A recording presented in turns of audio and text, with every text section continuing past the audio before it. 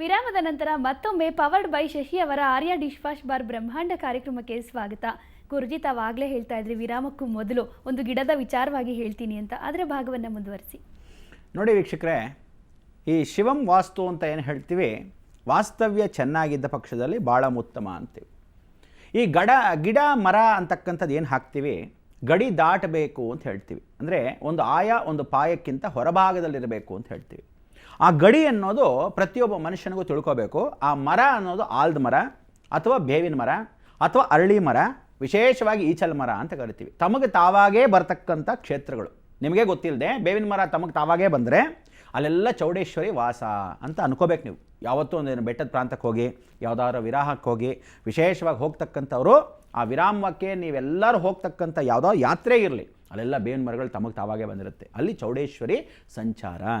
ಎಲ್ಲಿ ಮುನೀಶ್ವರ ನಡ್ಕೊಂಡು ಹೋಗ್ತಾನೋ ಆಲ್ದ ಮರ ತಮಗೆ ತಾವಾಗೇ ಬರುತ್ತೆ. ಆಲ್ದ ಮರಗಳು ಎಲ್ಲಿ ಬರುತ್ತೋ ತಮಗೆ ತಾವಾಗೇ ಇಲ್ಲೊಂದು ಅಲ್ಲೊಂದು ಹಾಗೇ ಇರುತ್ತೆ. ಅದು ನೇರವಾಗಿರುತ್ತೆ. ಅಂದರೆ ಇವನು ಎಲ್ಲೆಲ್ಲಿ ಹೆಜ್ಜೆ ಇಡ್ತಾನೋ ಮುನೀಶ್ವರನೋ ಅದು ತಾನಾಗೇ ಬರ್ತಕ್ಕಂಥ ಆಲದ ಮರಗಳು. ಇವತ್ತು ನೋಡಿ ಹೈವೇನಲ್ಲಿ ಹೋಗಿ ಎಷ್ಟೋ ಕಡೆ ಎಡ ಬಲ ಎಲ್ಲ ಬರೀ ಆಲ್ದ ಮರಗಳು, ಎಡಗಾಲು ಬಲಗಾಲು ಅವ್ನು ಹಾಗೆ ಹೋಗಿರ್ತಾನೆ. ಸ್ವಲ್ಪ ಊರಿಗೆ ಹೋದ ತಕ್ಷಣ ಗೊತ್ತಾಗುತ್ತೆ. ಅಂದರೆ ಮುನೀಶ್ವರನು ಓಡಾಡೋ ಜಾಗ ಅಂತ ಸಂಚಾರ. ಅದಾದ ಮೇಲೆ ಈಚಿಲ್ ಮರ ಎಲ್ಲಿರುತ್ತೋ ಶನಿ ವಾಸಸ್ಥಳ ಅಂತ ಕರಿತೀವಿ. ಆ ಶನಿ ವಾಸಸ್ಥಳ ಅಂದರೆ ಕರ್ಮದೇವತೆ ಅಧಿಪತಿ. ಆ ಕಾಲದಿಂದ ಈ ಕ್ಷೇತ್ರಗಳಿಗೆ ಒಳ್ಳೆ ಶಕ್ತಿ ಇರತಕ್ಕಂಥ ಸ್ಥಾನ. ಅದಕ್ಕೆ ಈಚಿಲ್ ಮರಗಳು ತಮಗೆ ತಾವಾಗೇ ಬಂದಿರೋದು. ಎಲ್ಲೋ ಒಂದು ಸಲ ದೂರದಲ್ಲಿ ನೋಡಿರ್ಬೋದು.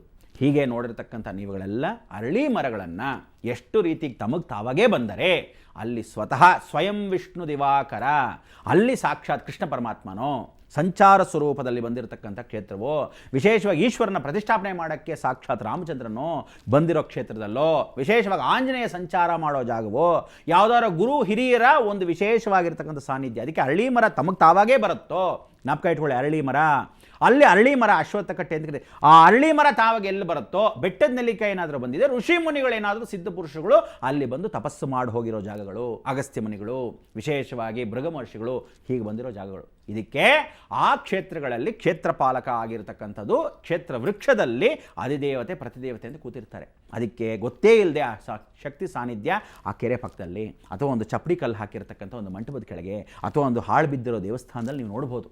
ಈ ಜಾಗಗಳನ್ನು ಎಷ್ಟೋ ಜನ ಇವತ್ತು ಪಟ್ಟಣದಲ್ಲಿ, ಹುಬ್ಬಳ್ಳಿ ಧಾರವಾಡ ಆಗಲಿ, ಬೆಳಗಾಂ ಆಗಲಿ, ಉತ್ತರ ಕರ್ನಾಟಕದ ಭಾಗ್ಯದಾಗಲಿ ಇವತ್ತು ಎಷ್ಟೋ ಬರಳು ಭೂಮಿ ಇರತಕ್ಕಂಥ ಜಾಗಗಳು. ಇವತ್ತು ಕೋಲಾರ ಪ್ರಾಂತವಾಗಲಿ, ಕರ್ನಾಟಕದ ಭಾಗದಲ್ಲಿ ಹಾಸನಲ್ಲಿ ಹೋಗಿ ನೋಡಿ, ಇದೆಲ್ಲ ಓಡಾಡತಕ್ಕಂಥ ಕರ್ನಾಟಕದಲ್ಲಿ ಮಾತ್ರ ಮಧ್ಯಬಿಂದು ಸ್ಥಿರ.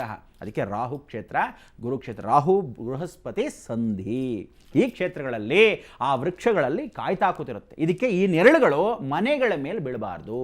ಮನೆ, ಅಂಗಡಿ, ನಿವೇಶನೆ, ಮನೆ, ಬಿಲ್ಡಿಂಗು, ಗ್ರೌಂಡು, ಫಸ್ಟು, ಸೆಕೆಂಡು, ಗೋಪುರಕ್ಕಿಂತ ಹೆಚ್ಚಾಗಿ ದೊಡ್ಡ ಮನೆ ಕಟ್ಕೊಳ್ಳೋದು. ಏನು ಮಾಡ್ತೀರಾ ಗೊತ್ತಾ, ಬಾಡಿಗೆ ದುರಾಸೆಗೆ. ಇದಕ್ಕಿಂತ ದೊಡ್ಡದು ಯಾವತ್ತು ಪಕ್ಕದಲ್ಲಿ ಒಂದು ದೇವಸ್ಥಾನ ಇರುತ್ತೆ. ಹಲ್ಸೂರ್ಗೆ ಹೋಗಿ ನೋಡಿ, ಹಲ್ಸೂರು ಸೋಮೇಶ್ವರ, ಸುತ್ತಮುತ್ತಲು ಮನೆ, ಏನು ದೇವಸ್ಥಾನಕ್ಕಿಂತ ದೊಡ್ಡದಾಗಿ. ಗೋಪುರದ ನೆರಳು ಮನೆ ಮೇಲೆ ಬೀಳಬಾರ್ದು ಅಂತೇಳಿ ಎಷ್ಟೋ ಜನ ಮನೆ ಮೇಲೆ ಕಟ್ಕೊಂಡ್ಬಿಟ್ಟಿದ್ದಾರೆ. ದೇವರಿಗಿಂತ ಎತ್ತರವಾದಾಗ ನೀವು ಸಂಸಾರ ಸರ್ವನಾಶ ಗ್ಯಾರಂಟಿ ಬರೆದಿಟ್ಕೊಂಬಿಡಿ. ಮನೆಯೊಳಗೆ ಯಾರೂ ಇರೋಕ್ಕೆ ಸಾಧ್ಯವಿಲ್ಲ. ಒಬ್ಬೊಬ್ಬನೇ ಯಶಸ್ಸು ಹೋಗ್ತಾ ಇರ್ತಾನೆ. ಒಂದು ಕಡೆ ಆರ್ಥಿಕ ಪರಿಸ್ಥಿತಿ ದುಡ್ಡು ಕೆಟ್ಟೋಗ್ತಾ ಇರುತ್ತೆ.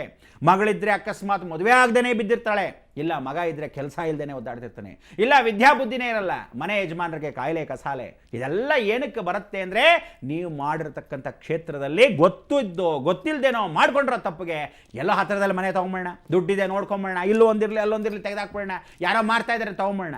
ಅದ್ರ ಸಮಕ್ಕೆ ಕರೆಕ್ಟಾಗಿ ಏನಾಗಿರುತ್ತೆ, ನಿಮ್ಮ ಗ್ರಹಗತಿಗಳು ಕೆಟ್ಟು ಹೋಗಿರುತ್ತೆ. ಆಗ ಪಶ್ಚಿಮದ ಮನೆಗೆ ಹುಡ್ಕೊಂಡೋಗಿ ಕೊಡಿಸ್ತಾನೆ, ಅದೇ ದಕ್ಷಿಣದ ಮನೆಗೆ ಹುಡ್ಕೊಂಡು ಕೊಡಿಸ್ತಾನೆ.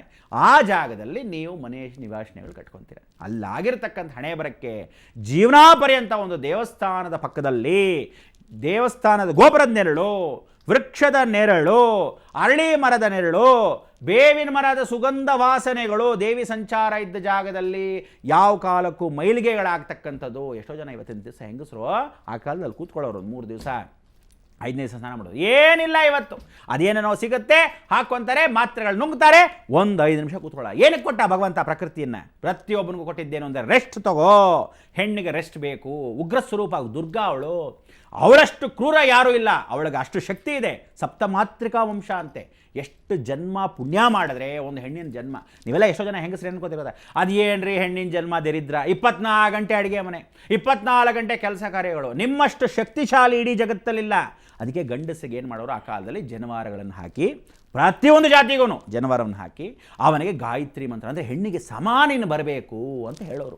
ಉಪದೇಶಗಳನ್ನು ಮಾಡೋರು, ಲಿಂಗಧಾರಗಳನ್ನು ಮಾಡೋರು ತಕ್ಕಂಥವ್ರು. ಬಸವಣ್ಣ ಕೂಡ ಅದನ್ನೇ ಹೇಳಿದ್ರು. ಆಗ ಹೆಣ್ಣಿಗೆ ಸಮಾನ ಭಾಗವಾಗಿ ಬರಬೇಕಾದ್ರೆ ಗಂಡಸು ಎಷ್ಟು ಪ್ರಯತ್ನ ಪಡಬೇಕು, ಎಷ್ಟು ಸಾಧನೆ ಮಾಡಬೇಕು, ಎಷ್ಟು ಪೂಜೆ ಪುನಸ್ಕಾರ ಮಾಡಬೇಕು. ನೀವೆಲ್ಲ ಏನಂತ ಗೊತ್ತಾ, ಅಯ್ಯೋ ಏನು ಪೂಜೆ ಮಾಡೋದು ಸಾಲದು, ನೀವು ಮನೇಲಿ ಕೂತ್ಕೊಂಡು ಪೂಜೆ ಮಾಡಿ ನಿನ್ನ ಗಂಡ ಸೆರೋಗ್ಲಿ ಅಂತ ಊರಿನವ್ರು ಶಾಸ್ತ್ರದವ್ನು ಕೇಳ್ಕೊಂಬರೋದಲ್ಲ. ನನ್ನ ಗಂಡ ಕುಡುಕ, ಅಲ್ಲಿ ಹೋದರೆ ಕಷ್ಟ. ನಿಮ್ಮ ಹತ್ರ ಇರಬೇಕು ವಿಲ್ ಪವರ್. ಕೂತ್ಕೊಂಡು ಭಗವಂತ ನನ್ನ ಗಂಡನ್ನು ಸರಿ ಮಾಡತಕ್ಕಂಥದ್ದು ನನ್ನ ಹತ್ರ ಇದೆ. ನಾನು ರಾವು ಕಾಲದಲ್ಲಿ ಪೂಜೆ ಮಾಡಿ ಆ ಕುಂಕುಮವನ್ನು ಅಡಿಗೆಗೆ ಹಿಂಗೆ ಹಾಕಿದ್ರೆ ನನ್ನ ಗಂಡ ನಾಳೆ ಬೆಳಗ್ಗೆ ಮುಚ್ಕೊಂಡು ಬಿದ್ದಿರ್ಬೇಕು. ಅಂದರೆ ಒಳ್ಳೇದಕ್ಕೋಸ್ಕರ ಅಲ್ವಾ, ಅವ್ನು ಕೆಲಸ ಮಾಡಲಿ, ಒಳ್ಳೇದಾಗಲಿ. ಕುಡಿಬಾರ್ದು, ಮನೆಗೆ ಬರಬೇಕು ನೇರವಾಗಿ. ಮಕ್ಕಳನ್ನೇ ನೋಡ್ಕೋಬೇಕು. ತಂದಿರೋ ದುಡ್ಡನ್ನು ತಗೊಂಬರಲ್ಲ, ಇಟ್ಕೊಂಡವಳನ್ನ ಕಟ್ಕೊಂಡೋಗಿ ಕೊಟ್ಕೊಂಡಿರ್ತಾನೆ.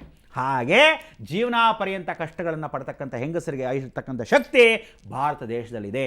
ಅದಕ್ಕೆ ನೀವೆಲ್ಲ ಹೆಂಗಸರು ಅಕಸ್ಮಾತ್ ಮನೆಗಳಲ್ಲಿ ಕೂತ್ಕೊಂಡಾಗ ದೇವಸ್ಥಾನ ಪಕ್ಕದಲ್ಲಿರ್ತಕ್ಕಂಥವ್ರು ಏನಾದರೂ, ವೃಕ್ಷಗಳ ಪಕ್ಕದಲ್ಲಿರ್ತಕ್ಕಂಥವ್ರು ಏನಾದರೂ, ಎಷ್ಟೋ ಜನ ಶೆಟ್ರು ವಂಶದಲ್ಲೋ, ಎಷ್ಟೋ ಜನ ಉತ್ತರ ಭಾರತದಲ್ಲಿ ಇರ್ತಕ್ಕಂಥವ್ರು, ಇವತ್ತಿನ ದಿವಸ ಎಷ್ಟೋ ಜನ ವಿಶೇಷವಾಗಿ ಲಿಂಗಧಾರಣೆಯನ್ನು ಮಾಡ್ಕೊಂಡಿರ್ತಕ್ಕಂಥ ಲಿಂಗಾಯತರು. ಎಷ್ಟು ಜನ ಲಿಂಗಾಯತರು ಇವತ್ತಿನ ದಿವಸ? ನಾನು ಎಲ್ಲ ಸ್ವಾಮಿಗಳಿಗೂ ಹೇಳಿದ್ದೀನಿ, ಲಿಂಗಧಾರಣೆಯನ್ನು ಒಂದು ಸಲ ಮಾಡಿಕೊಂಡ ಮೇಲೆ ಎತ್ತಿ ಗೂಟಕ್ಕೆ ನೇತಾಕೋದಲ್ಲ. ಜನವಾರಗಳನ್ನ ಹಾಕ್ಕೊಂಡು ಎಷ್ಟೋ ದಿವಸ ಎತ್ಕೊಂಡ್ಬಿಟ್ಟು ಗೂಟಕ್ಕೆ ನೇತಾಕಿರ್ತಾರೆ. ಸಂಧ್ಯಾ ವಂದನೆ ಪೂಜೆ ಪುನಸ್ಕಾರವಿಲ್ಲ. ಆ ಲಿಂಗಧಾರಣೆ ಮಾಡ್ಕೊಂಡಿರೋದು ಎತ್ತು ಗೂಟಕ್ಕೆ ನೇತಾಕಿರ್ತಾರೆ. ಯಾವ್ದಾರ ಸ್ವಾಮಿಗಳು ಹೋಗಿ ನಮಸ್ಕಾರ ಮಾಡ್ಕೊಂಬರೋಣ ಅಂತ ಹೋಗಿರ್ತೀರ ಅಂತ ಇಟ್ಕೊಳ್ಳಿ.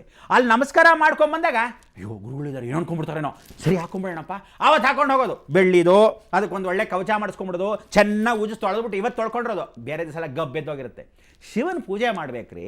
ಎಷ್ಟು ಜನ್ಮ ಪುಣ್ಯ ಮಾಡಿದರೆ ಇವತ್ತಿನ ದಿವಸ ಯಾವ ಜಾತಿ ವರ್ಗದವ್ರಿಗೂ ಯಾವ ವಿಶೇಷವಾಗಿರ್ತಕ್ಕಂಥ ಧರ್ಮದಕ್ಕೂ ಇಲ್ಲದೇ ಇರೋದೇನು ಅಂದರೆ, ಬಸವಣ್ಣವ್ರು ಹೇಳ್ದಂಗೆ ಕೈಯಲ್ಲಿ ಲಿಂಗವನ್ನು ಇಟ್ಕೊಂಡು ಪೂಜೆ ಮಾಡೋ ಯೋಗ ಇಡೀ ಜಗತ್ತಲ್ಲಿ ಯಾರಿಗೂ ಇಲ್ಲ.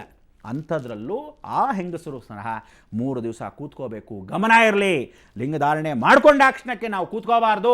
ಎಲ್ಲ ಶುಚಿರ್ಭೂತ ಅಂದ್ಕೊಳ್ಳೋದು ಸುಳ್ಳು ಸುಳ್ಳು ಸುಳ್ಳು. ಆದ್ದರಿಂದ ಎಷ್ಟು ಮಹಿಮಾನ್ವಿತವಾಗಿರ್ತಕ್ಕಂಥ ಹೆಂಗಸರಿದ್ದೀರೋ ಎಲ್ರಿಗೂ ಹೇಳ್ತಾ ಇದ್ದೀನಿ, ಒಂದೇ ರೂಲ್ಸ್, ಒಂದೇ ರೆಗ್ಯುಲೇಷನ್. ನೀವು ದಿನಗಳನ್ನು ಭಗವತಿ ಪ್ರಕೃತಿನ ಕೊಟ್ಟಿದ್ದಾಳೆ. ಇವತ್ತು ನೀವು ಹೋಗಿ ಕೇರಳ ಭಾಗದಲ್ಲಿ ನೋಡಿ, ವಿಶೇಷವಾಗಿ ಏನಕ್ಕೆ ಕೇರಳ ಪ್ರಾಂತದಲ್ಲಿ ಇವತ್ತು ಭಗವತಿ ದೇವಸ್ಥಾನದಲ್ಲಿ 5 ದಿವಸಗಳ ಕಾಲ ಅವಳು ಈಚೆ ಆಗ್ತಾಳಂತೆ. ಆ ವಿಗ್ರಹದ ದೇವಸ್ಥಾನವನ್ನು ಯಾರನ್ನೂ ನೋಡೋಕ್ಕೆ ಬಿಡಲ್ಲ, ಬಾಗಿಲು ಹಾಕ್ಬಿಡ್ತಾರೆ.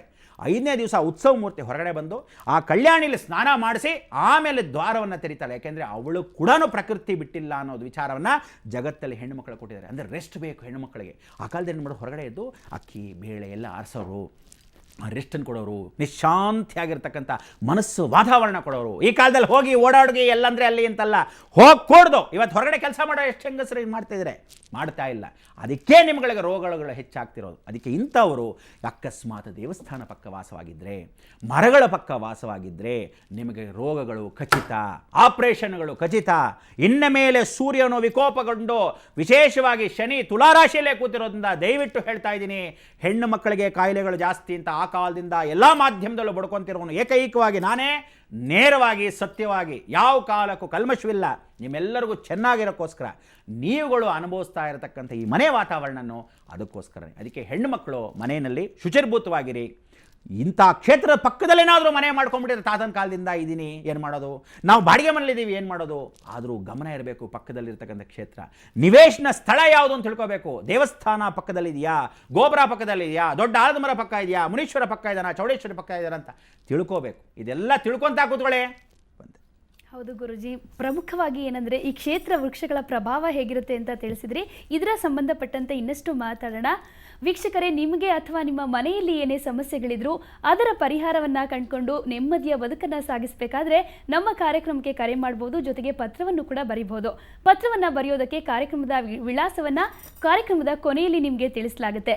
ವೀಕ್ಷಕರೇ, ಇದೀಗ ಮತ್ತೊಮ್ಮೆ ಪವರ್ಡ್ ಬೈ ಶಶಿ ಅವರ ಆರ್ಯ ಡಿಶ್ ವಾಶ್ ಬಾರ್ ಬ್ರಹ್ಮಾಂಡ ಕಾರ್ಯಕ್ರಮ ವಿರಾಮದ ನಂತರ ಮುಂದುವರಿಯುತ್ತೆ.